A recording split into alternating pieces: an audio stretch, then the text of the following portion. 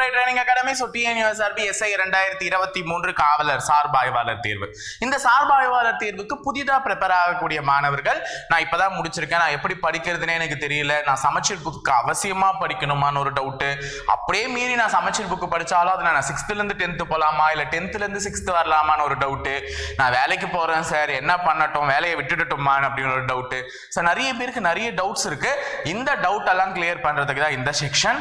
ஆக்சுவலாக இந்த வீடியோ ஃபுல்லாக ஸ்கிப் பண்ணாமல் பாருங்கள். ஏன்னா இதில் நிறைய கேள்விகளுக்கும் பதில் சொல்லியிருக்கேன். நெக்ஸ்ட் ஒரு புக்கை எப்படி அப்ரோச் பண்ணி நீ படிக்கணுன்றதுக்கான ஐடியாவையும் கொடுத்துருக்கேன். ஸோ டிசைன் பண்ணுங்கள், தயவு செஞ்சு லிசன் பண்ணுங்க. ஏன்னா நம்ம ஒரு எக்ஸாமுன்னு ப்ரிப்பேர் ஆக ஆரம்பிச்சிட்டோம் அப்படின்னா எக்ஸாமுக்கு ஒரு வடிவேல் சார் சொல்ற மாதிரி எந்த ஒரு விஷயத்தையும் பிளான் பண்ணி பண்ணணும். பிளான் பண்ணாம பண்ணா இப்படிதான் அப்படின்ற மாதிரி அது அப்படிதான் போகும். அதனால நம்ம அதுக்கேற்ற மாதிரி நம்ம முன்னெச்சரிக்கையா ஒரு சில விஷயங்களை ரெடி பண்ணி வச்சுக்கிட்டா மட்டும்தான் எவ்வளவு பெரிய தேர்வுகளா இருந்தாலும் அசால்ட்டு தான், தட்டி தூக்கிட்டு போயிடலாம். ஸோ 5வது ஸ்லைட்ல ஒரு முக்கியமான விஷயம் எழுதியிருக்கேன், அதையும் நான் சொல்றேன். அந்த பாயிண்ட் நிறைய பேருக்கு ஒத்து போகும்னு நினைக்கிறேன். அது பார்க்கும்போது ஒரு மாதிரியா தான் இருக்கும், ஆனால் பார்த்ததுக்கு அப்புறம் நீயாவே ரியலைஸ் பண்ணுவேன், ஆமா இல்ல கண்டிப்பா நமக்கு செட்டு தான் ஆகும். சரி ஓகே சார், இதுக்கப்புறம் நான் பண்றேன் சார் அப்படின்ற ஒரு மோட்டிவோட நீ படிக்க ஆரம்பிப்ப அப்படின்னு நான் நம்புறேன். ஓகேவா? ஃபர்ஸ்ட் இந்த கேள்விக்கு பதில் சொல்லிடுறேன். வேலைக்கு போறேன் சார், என்ன பண்ணட்டும்? வேலைக்கு போற மக்களே கவனிச்சுக்கோங்க, வேலையை விட்டணுமா?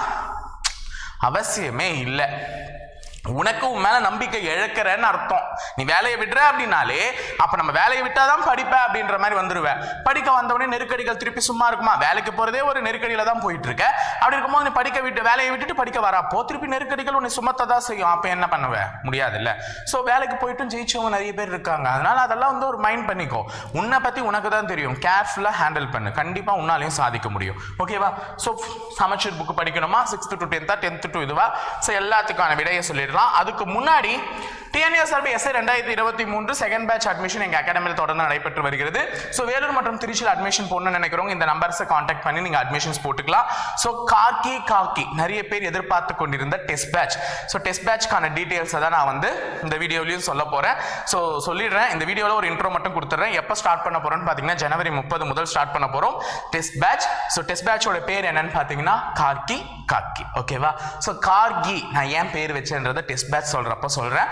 ஏன்னா அது முழுக்க உனக்கு பேர் போனது, உனக்கு சம்பந்தப்பட்டது, அதனால தான் அந்த பேரை நாங்கள் அதுக்கு வச்சிருக்கோம். ஓகேவாமா? So fine. இப்போ நம்மளுடைய doubt clearing section. 6th to 10th போனால் மட்டுமே வெற்றியை அடைய முடியும். அதாவது புக்கை நீ படிக்கிறதுக்கு 6th-லேருந்து 10th தான் போகணும். சமச்சீர் புக்கு அவசியம். ஏன் அப்படின்னு பார்த்தீங்கன்னா கடந்த வருட எஸ்ஐ சார்பாய்வாளர் தேர்வாகட்டும் அல்லது அவர்கள் கொடுத்த மாதிரி வினாத்தாள்கள் ஆகட்டும், அனைத்துலேயுமே கொஷின்ஸ் பார்த்தீங்கன்னா ரொம்ப ரொம்ப ரொம்ப ரொம்ப பேசிக் லெவலில் தான் இருந்திருக்கு. பேசிக் லெவல்னு சொல்றதை விட நீ புக்கில் இருக்கக்கூடிய கண்டென்ட்டை இன்ச் பை இன்ச்சா கவனிச்சு படிச்சிருந்தா மட்டும்தான் அந்த கேள்விகளுக்கான பதிலை உன்னால யோசிக்க கூடிய வகையிலேயே வச்சிருந்தாங்க. அதனால நம்ம 6th to 10th போறது ரொம்ப ரொம்ப பெட்டர். அதுக்குன்னு 11th 12th வேணாவானா 11th 12th touch பண்ணலாம். நான் சொல்றதை ஞாபகம் வச்சுக்கோங்க, 11th 12thன்றது ஃபைனலா ஒரு டச் பண்ணலாம். ஆனா அதையே உட்காந்து முழு நேரமா படிக்கிறதுன்றது முட்டாள்தனம் தான். ஏன்னா அவர்களும் யோசிப்பாங்கல்ல, எல்லாருமே டிகிரி 11th 12th கம்ப்ளீட் பண்ணி தான் பண்ணிருக்கணும்ன்ற அவசியம் இல்லை.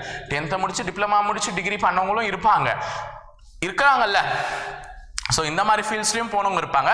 ஸோ அவர்களுக்குலாம் 11th 12th ரொம்ப கஷ்டமாக தான் இருக்கும். ஸோ அதனால கொஞ்சம் டச் பண்ணுற மாதிரி கொஷின்ஸ் கேட்பேன். ஆனால் அதுக்கு எல்லாத்துக்குமே மேலே படிக்கட்டு இருக்கு. அந்த படிக்கட்டு ஸ்ட்ராங்காக நிற்குதுன்னா அதுக்கு காரணம் கீழே இருக்க படிக்கட்டு தான். அப்போ 11th 12thன்றது மேலே இருக்கு, ஆனால் அதுக்கான பேஸ்லாம் எங்க இருக்கு? 6th 7th 8th 9thல தான் இருக்கு. அப்போ இவர்கள் எல்லாம் படித்து முடித்தால் தான் 11th 12thல இருக்கிறவனே உனக்கு புரியும். அதனால 11th 12th தான் அப்படின்னு சொல்லிட்டு முக்கியமா இப்ப உட்காந்துராது. இதே கான்செப்ட் தான். நான் ஏன் 6th-லேருந்து 10th போகணும் நான் சொல்றேன் அப்படின்னா, நிறைய பேர் சார் 9th 10th ரொம்ப முக்கியம்னு சொல்லிட்டாங்க, நான் 9th 10th எடுத்தோடனே படிக்கிறேன் அப்படின்னா, நீ இப்ப 9th சிந்து சமவெளி நாகரிகத்தை பத்தி படிக்கிற அப்படின்னா ஒரு பாயிண்ட்டை படிப்ப. ஆனா அந்த பாயிண்ட் மொட்டையா இருக்கும். பார்க்கும்போது என்னடா இது டைரக்டா ஏதோ கொடுத்துருக்காங்களே, அந்த கேள்வி உனக்கு எழணும். நீ மனப்பாடம் பண்றனா டெஃபினட்டா உனக்கு கேள்வி எழாது. மனப்பாடம் பண்றனா கேள்வி கேட்கிறாங்க பாரு கொஸ்டின் பேப்பர், அப்பயும் மனசுல அந்த கேள்விக்கான பதில் எழாது. மனப்பாடம் எவ்வளவு நேரம் உன்னை கை தூக்கி விட்டுன்னு போகும்னு நினைக்கிறேன்? கொஞ்சம் தொலைவு கூட்டிட்டு போகுமா? சார் நான்லாம் சிட்டி ரோபோக்கே தம்பியா பிறக்க வேண்டியவன், இல்லை தங்கச்சியா பிறக்க வேண்டியவ. அப்படியே பார்த்தனா அந்த புக்கை எடுத்து இப்படி ஸ்கேன் பண்ணா போதும் சார் அப்படின்னா என்ன ஸ்கேனிங் பண்ணியிருந்தாலுமே ஃபைனலாக கொஷினாக அவங்க கூற்று மாதிரியும் பொறுத்துக்க மாதிரியும் வைக்கும் பொழுது சில கன்ஃபியூஷன்ஸ், சில வார்த்தைகள்ல அவர்கள் வைக்கத்தான் செய்கிறார்கள். நீங்க அங்க தடுமாறத்தான் செய்கிறீர்கள். இதை நீ ஒத்துக்கலனாலும் அதுதான் நெசம். இப்படி இருக்கக்கூடிய இந்த சிச்சுவேஷன்ல நீ 9th படிக்கும் போது உனக்கு கண்டிப்பா டவுட் வரணும். ஆனா அதற்கான ஆன்சர் எங்க இருக்குன்னா 6th இருந்து தான் இருக்கு. அப்போ கீழே தான் பேஸ். அது மட்டும் இல்லாம 9th எடுத்து முதல்ல உட்கார்ந்தேன்னு வச்சுக்கோ, 23 யூனிட்டா 25 யூனிட்டா அப்படியே என்ன ஆயிடுவேன், ஐயோ இவ்வளோ படிக்கணுமா, அப்ப படிக்கிறது கஷ்டம் போல தூக்கி போடு அப்படின்ட்டு போயிடுவேன். அப்ப எடுத்தோடனே உன் மனசை தளர செய்யக்கூடிய ஒரு விஷயத்தை நீ முதல்ல பண்றது தப்பு. 10th புக்கையோ 9th புக்கையோ எடுத்தா யூனிட் அதிகமாக தான் இருக்கும். சின்ன குழந்தையா இருக்கும்போது இவ்வளோ சாதம் சாப்பிட்ட, பெருசாகவும் இவ்வளோ சாப்பிட்ட, இப்போ பிரியாணி ஒரு அண்டா வச்சாலும் சாப்பிட ரெடியா இருப்போம். ரெடியா இருப்பேன்னு சொல்லல, ரெடியா இருப்போம், எல்லாரையும் சேர்த்து தான் சொல்றேன். ரெடியா இருப்போம். அந்த மாதிரி இருக்கும் பொழுது வயிறும் பெருக்குது, அளவும் பெருகுது. அப்ப 6th கண்டென்ட் கம்மியா இருக்கும், 7th கொஞ்சம் ஏறும், 8th கொஞ்சம் ஏறும். ஏன்னா குழந்தை படிக்க கூடாது, கஷ்டப்படக்கூடாதுன்னு பொம்மையா கொடுத்தா 6th. 7th கொஞ்சம் கான்செப்டை கொடுக்க ஆரம்பிச்சா, 8th முழுசா ஆரம்பிச்சா, 9வது 10வதுல உனக்கு கடல் அளவுக்கு கொடுக்குதான். அப்போ நீ எடுத்தோடனே 9வது 10வது புக்கை பார்க்கும்போது 9வது அதிகமா இருக்கு, 10வது அதிகமா இருக்கு, படிக்கிறது இவ்வளவு கஷ்டமா இருக்கு அப்படின்னு சொல்லிட்டு என்ன பண்ணிடுற, தூக்கி போட்டுடுற. பின்னோக்கி வா. 6th ஈஸியா இருக்கு, ஒரே வாரம் கூட அவளை 6th முடிச்சுட்டேன். 7th 1.5 வாரம் தான் ஆச்சு, 8th 2 வாரம் தான் ஆச்சு. எவ்வளவு நல்லா இருக்குது கேட்கறதுக்கு. இது இப்படி போனா சீக்கிரமா முடிஞ்சிருமா? 6th 7th 8th நான் 3.5 வாரத்திலே முடிச்சிட்டேன் சார், 4.5 வாரத்திலே முடிச்சிட்டேன் சார், சூப்பர். அப்போ ஒரு மாசத்துல உன்னால 6, 7, 8 முடிக்க முடியுதுன்னா இன்னும் 2 மாசம் உட்காந்தா 9வது 10வது தெல்ல தெளிவா ஒரு லூக் அண்ட் கார்னர் படிக்க முடியும்னு நம்பிக்கை இருக்கு. அப்போ போற மெத்தடே நம்ம தப்பா போயிட்டு இருக்கோம். பேக்ல இருந்து வர்றது ஏன் இப்படி போனா என்ன வழி இல்லையா? ஏற பாருமா, இறங்காத. ஏற ஏற ஏறதான் வெற்றியை நோக்கி ஏறிட்டு இருக்க. இறங்கிட்டு இருக்கேன்னா நீ வெற்றியை விட்டு தள்ளி போயிட்டு இருக்கேன்னு அர்த்தம். 10, 9, 8 இறங்குறனா வெற்றியை விட்டு நீ இறங்கி வந்துகிட்டு இருக்க. 6, 7, 8 போறனா வெற்றியை நோக்கி ஏறி போயிட்டு இருக்க. ஏனி படிக்கட்டுகளா உன்னை அந்த புக்கு வழி நடத்துது. அப்ப ஃபர்ஸ்ட் 6th படி, 6th இருக்கக்கூடியதை படி, அடுத்து 7th படி, அடுத்து 8th படி, அடுத்து 9th படி, அடுத்து 10th படி. இப்படி படிச்சுட்டு போ. 11th 12th நான் படிக்க வேணாம். உடனே நேற்று இன்னொருத்தர் கமெண்ட்ல போட்டிருந்தீங்க இப்படி நீங்க, நான் நேற்று டாபிக் வைஸ் அனாலிசிஸ் போட்டேன். எதுக்கு அதை போடுறது? இந்த புக்கில் நீ தேட கஷ்டப்படாதமா, இந்த டாபிக் 6th படி, 7th படி, 8th படின்னு போட்டிருந்தேன். இதுக்கு எல்லாத்தையும் படின்னு சொல்ல வேண்டியது தானே. ஏமா அதுலயும் உனக்கு கம்மி பண்ணி தான் சொல்லியிருந்தேன், நிறைய யூனிட்ஸ்லாம் கவர் பண்ணல, இதெல்லாம் வேணான்னு விட்டு தான் சொல்லியிருக்கேன். ஆனா நீ உனக்கு அதாவது குறை சொல்லணும்னு ஆரம்பிச்சிட்டா ஒரு இடத்துலயும் உட்காந்துக்கிட்டு குறை சொல்லிட்டு தான் இருப்பேன். ஏன்னா மின்னும் அதெல்லாம் பொண்ணு அல்ல, அது நல்லா யோசிச்சுக்கோ. ஸோ 6th இருந்து 10th போ. இது ஒரு idea. 6th 7th 8th 9th 10th நீ டாபிக் வைஸ் படிக்கிறதா இருந்தாலும் சரி, ஸ்டாண்டர்ட் வைஸ் படிக்கிறதா இருந்தாலும் சரி, 6வதுல இருந்து 10வது போ. அது ரொம்ப ரொம்ப நல்லது. ஸோ இது வேலைக்கு போறவங்களுக்கானது, நார்மல் பீப்புளுக்கானது. ஸோ எப்படி உன்னுடைய ஒர்க்கை அவரை ஸ்பிளிட் பண்ணி படிக்கணும் அப்படின்றதுக்காக தான் கொடுத்துருக்கேன். டோட்டலா ஒரு நார்மல் மனுஷனா இருந்தா எனக்கு 6 மணி நேரம் நீ படிப்பதற்காக ஒதுக்க வேண்டும் ஒரு நாளைக்கு. நான் அதை விட்டு நான் அதிகமா படிப்பேன் சார், படி வேணான்ல. நான் தான் சொல்லிட்டேன் ஆரம்பத்திலே, நீங்களாம் யாருக்கோ தம்பியா பிறக்க வேண்டியவங்க அப்படின்ட்டு. நீங்க படிங்க, நான் வேணானே சொல்ல. எனக்கு மினிமமாவது 6 மணி நேரம் நீ ஒதுக்கிடணும். அதே மாதிரி வேலைக்கு போற ஒர்க்கிங் பீப்புளா இருந்தா 4 மணி நேரமாவது படிக்கிறதுக்கு ஒதுக்கிடணும் ஒரு நாளைக்கு. அப்ப இவர்கள் பாக்கி 20 மணி நேரம் வேற வேலையை பார்த்துக்கோங்க, இவர்கள் பாக்கி 18 மணி நேரம் வேற வேலையை பார்த்துக்கோங்க. சாப்பிட்றது, தூங்குறது, வாட்ஸ்அப் சேட்டிங்கு.